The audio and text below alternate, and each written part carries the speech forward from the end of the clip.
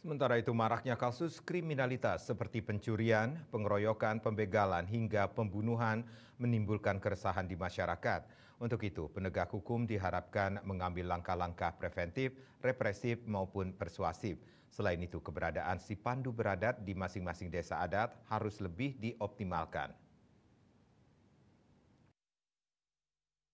Maraknya kasus kriminalitas yang terjadi belakangan ini diatensi semua pihak, akademisi sekaligus Dekan Fakultas Hukum Universitas Mahasiswati Denpasar, Profesor Dr. Iketut Sukewati Lanang Putra Perbawa mengatakan, pihak keamanan utamanya kepolisian harus mengambil langkah-langkah preventif dan represif dalam penanganan kasus kriminal yang semakin marak terjadi. Selain itu, desa adat di Bali memiliki sistem pengamanan lingkungan terpadu berbasis desa adat si pandu beradat yang harus kembali digalakkan.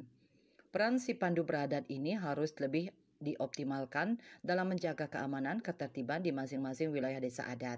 Pertama ya pasti penegak hukum ya polisi harus mulai melakukan strategi yang berbeda bagi pendekatan preventif maupun represif dan persuasif untuk semua hal harus dilakukan oleh penegak hukum. Terutama berkaitan dengan kriminal. Yang kedua, masyarakat juga harus membantu terkait adanya beberapa mungkin yang gerakan-gerakan atau masyarakat atau personal yang mencurigakan, itu seluruh masyarakat harus waspada.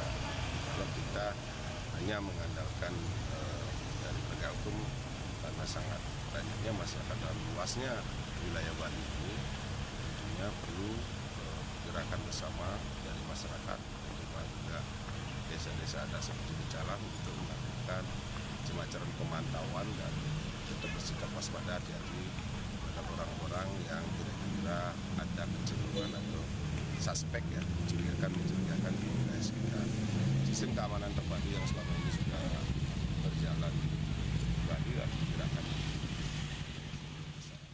Masyarakat juga diharapkan berperan aktif melaporkan hal-hal yang mencurigakan kepada pihak berwenang untuk dapat ditindaklanjuti sebagai upaya pencegahan terjadinya kriminalitas. Sukma Bali TV.